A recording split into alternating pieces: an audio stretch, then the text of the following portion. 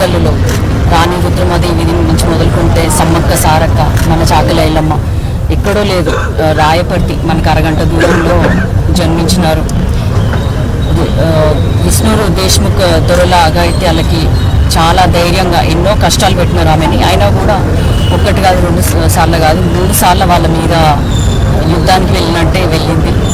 భూములను దున్నేవాడిదే భూమి మాదే ఉండాలి, పంట కూడా మాకే ఉండాలి అని చెప్పి వాళ్ళు ఎన్ని అఘాయిత్యాలు చేసి ఆమెను ఎంత నష్టపరచాలని చూసినా కూడా చాలా ధైర్యంగా వాళ్ళని ఎదుర్కొని తన భూమిని తను కాపాడుకుంది. ఆమె స్ఫూర్తి మా అందరికీ కూడా, ఇప్పుడున్న మహిళలందరికీ కూడా ఎంతో మేము పాటించాల్సింది. ఆమె నుంచి ఎంతో నేర్చుకోవాలి, ఆ తెగువ కానీ ఆ ధైర్యం కానీ. అట్లాగే తను కేవలము ఒక వీర వనితనే కాకుండా తన జీవితం అంతా కూడా పోరాటాల పునాదిలాగా, పోరాటాల గడ్డలాగా ఆమె ఒక నిదర్శనప్రాయంగా ఉంది మా అందరికీ. చాకలి ఐలమ్మ మన వరంగల్ బిడ్డ అవ్వడము మన అందరి అదృష్టము.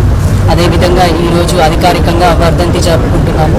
ఆ వర్ధంతికి నివాళులు అర్పించడానికి ఇచ్చేసినందుకు చాలా అదృష్టంగా భావిస్తున్నాను. ఈరోజు వారి వర్ధంతి సందర్భంగా నాకు ఈ అవకాశం దక్కడం చాలా అదృష్టంగా భావిస్తున్నా. ఓరుగల్లు అంటేనే పోరుగల్లు, ఎన్నో పోరాటాలతో ఈ యొక్క ఓరుగల్లు నిర్మాణమై ఉన్నది. అందులో వారి భాగస్వామ్యం కూడా ఉన్నదనేది మనం అందరం గుర్తుంచుకోవాల్సిన రోజు ఇది. సో వారికి ఈరోజు అధికారికంగా జరుపుకోవడం చాలా గొప్పగా భావిస్తున్నాం. అందులో మేము భాగస్వామ్యం కావడం ఇంకా నాకు అదృష్టం దక్కినందుకు నేను చాలా గర్వపడుతున్నా.